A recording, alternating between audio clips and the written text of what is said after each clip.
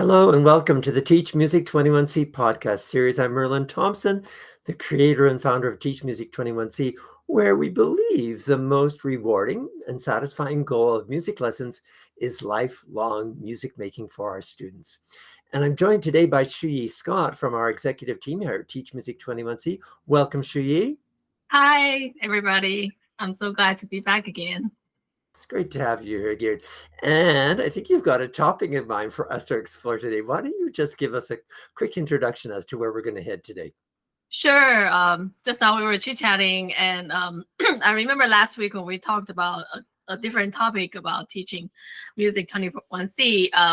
Last week was really hot here in Texas. I was wearing short sleeve, and today it's so cold. I'm wearing turtleneck, and that got me thinking about the temperature in the lesson, temperature, atmosphere in the lesson. A lot of the time, we expect students coming ready to go, so happy to see you and ready to learn, take the challenges of learning, some big music. But with the new teachers that I talk to, it seems like it doesn't come quickly to their awareness that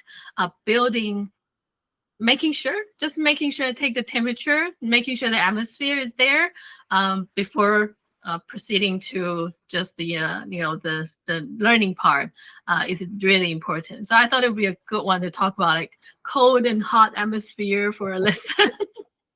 Yeah, and I think that's really interesting because we do come up from a history within the master apprentice approach, where there was an expectation on the teacher's part that students would always be prepared for their lesson. And it was up to them to, when you open the door, that's a signal to the teacher that you are ready to learn, and learning is going to be the priority. And for the next X number of minutes, that's what's going to be happening. So it's almost, we've got this old school kind of thinking that says, yeah, this is what a teaching lesson should look like. And then we've got the new school that maybe doesn't look exactly like that. Right. And not to mention, after the pandemic, I think people have very, very, different feelings. I just read that it could be more often that human beings have more mood swings and things that we feel we have this stronger sense of things are not under our control. Right, so I think we're still, as music teachers, we're still kind of preparing and coping with this huge change and perhaps loss, right?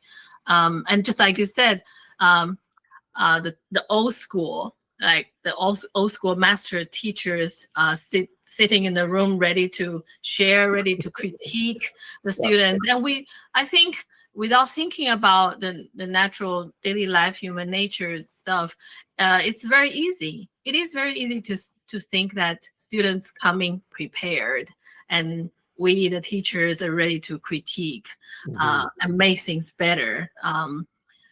But we all know it's not that simple. So could maybe, from the new school of teaching point of view, what would be, say, 2 or 3 things that you could share to help our new teachers? For sure. Well, I think the biggest thing for me, the biggest word that I want to use is safety. So that when students come into my studio, I want them to feel that this is a safe place to be, that they're welcome to be here, and that they can come in as who they are in that moment. So that means on certain days, I can tell just by looking at, my student Angie the other day. She walked in and I said, honey, you look a bit tired today. Are you okay? And she said, yeah, I am tired.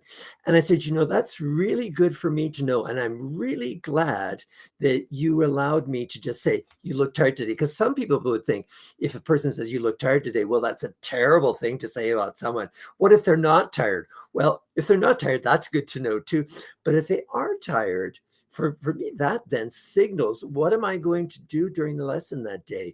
And what's the pace going to look like? So students are showing up tired, or students have had a bad day. Or I think Angie showed up a while ago. She said, Dr. Thompson, my brain is fried today. Mm-hmm. So that told me what we were going to be doing over the next 30 minutes. Mm-hmm.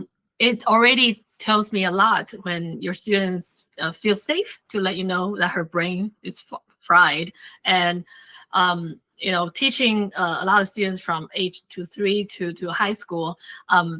I also have different experiences of students coming in. Sometimes they're not able to verbalize what's not going right? And sometimes it could be a little bit disagreement, or some episode, unpleasant episode right before the stepping into the classroom, and they had something, a little debate with the parents or something, and they could come in without completely prepared, right? So what would be the easy way or a simple way to help your students feel safety? Would you say that they feel accepted, or they feel, I'm not sure how to define safety? Yeah, so safety for me is that, students can anticipate what's going to happen next, and that they can feel comfortable with what's going to happen next. So that means the first couple of weeks. So if I'm thinking a very beginner, the first couple of weeks, we're not doing anything that's difficult. We're not doing anything that's going to challenge this child to step out of their comfort zone. This isn't the moment to put the child on the test line and see if they can respond. This is the moment to be really paying attention, looking for the clues. When you're suggesting doing something, does the child's shoulders go up? Do they take an in-breath and not breathe out? It's those kinds of things of just paying attention to how the student is responding when you ask them to do something, and making sure also that we give students opportunities to be the leader as well. So the lesson environment isn't just about me leading the way all the time. It's also about students leading the way.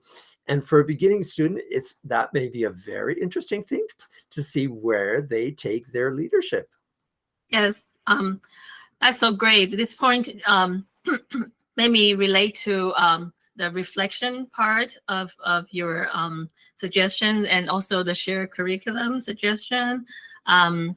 So I can see that if a student feels that they can have a say about, oh, the next thing, why don't we try this song I just heard from the car that my dad played for me, and it's really cool. Can I try it on the cello? And that just happened a couple of weeks ago. A student of mine came in with a pop song that he wanted to learn on the cello, and we had some fun. And he still got to practice the cello techniques that we previous had assigned. It's just a different song. It's a song that he chose.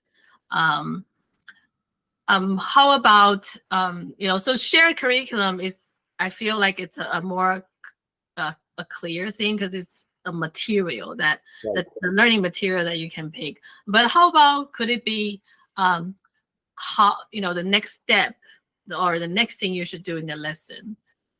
So I guess that will be in your teaching sequencing, you let the students have a say with that.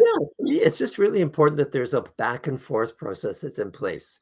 So we may start with, what do you want to show me first today? What's your favorite thing to do? Okay, so they show me their favorite thing. Then I've got some favorite things that I'd like to explore too. And then it's back to them. What would you like to do next? What's your favorite way to challenge yourself? The things that we were working out on a previous week. So it's this back and forth process where, both of us are taking charge. Both of us are stepping back. Both of us are following for a while. It's that idea of the back and forth nature of the lesson that, for me, is where that confidence then becomes, in terms of students stepping into various places, because they know they can step to a certain place. And I'll say, that's a fun exploration. I might have in the back of my mind, they're going to get tired of that exploration in a couple of years. But for now, it's engaging their focus. It's making them feel like they're being productive. So let's explore that. I don't have to have everything done in those first few years of lessons. I can be sowing the seeds for the adventures that we're going to take in the future, knowing that as students go from one level to the next, their sophistication, their ability to challenge themselves increasingly sophisticated ways is going to increase. We're not going to stay at the beginner level of challenging forever. Right. Um, I really enjoy this part of the conversation because over and over again, it's so important for us music teachers to really remember it's not just about critiquing the end result of a student's performance. What you just shared with us is really completely focusing on the process of learning. In Right. this process, the students feel they have a place in a lot of decision making here. So they feel they're the contributor to Yeah. a lesson, and I think that's just really wonderful. It also sounds there's an open ending situation here. Right. It doesn't sound like, okay, we finished this song, now turn the page, you will go on to the next more difficult song. Yeah, and in a certain sense, I want students to feel like they are teachers as well. And it's not unusual for me to say, at a certain point in anybody's lesson, and it might be something that I want to really reinforce, that this is something I'm going to continue again and again. And I might reinforce it by saying, I bet you could teach this to your friends at school and charge them X amount of dollars to do. And they look at me like, oh, no, I'm just a piano student. I'm like, yes, but piano students also have teaching abilities as well. And so it's empowering them not to always be in the follower place, but to be in the place where they can actually provide leadership for others as well. Right, and at the same time, you help them expand their scope about what they can do so much more than just being your student. That's really wonderful. Yeah. And the thing that I know about them becoming a leader is that leading and teaching someone else is really good practice. So so part of what we do is for ourselves, some of the things we do for others, but it's in doing things for others that our own capacity, our own skill level, our own knowledge level, our own mastery, all of that changes as well. Yeah, that's wonderful. We really should provide many different ways to let the students apply what they learned in the lessons to different situations for sure. That's wonderful. Very good. So should we wrap? Sorry. Yeah, this is probably a good time to wrap things up. You're absolutely right. And it's really so interesting just to look at, what does this safe environment look like? What does an environment look like where teachers and students are sharing ideas and working together? And what's going on in terms of this back and forth, and understanding also, I love to come back to this all the time, that not every moment in a lesson has to be a learning moment. And not every lesson needs to be the one that's going to change the world. Some lessons are just checking in, making sure life is still okay. Some lessons, it's coming back to that whole growth and rest thing that I get to so often. Yeah. That's wonderful.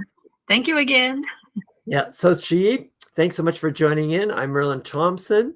I've been joined today by Shu-Yi Scott, who's from our executive team here at Teach Music 21C.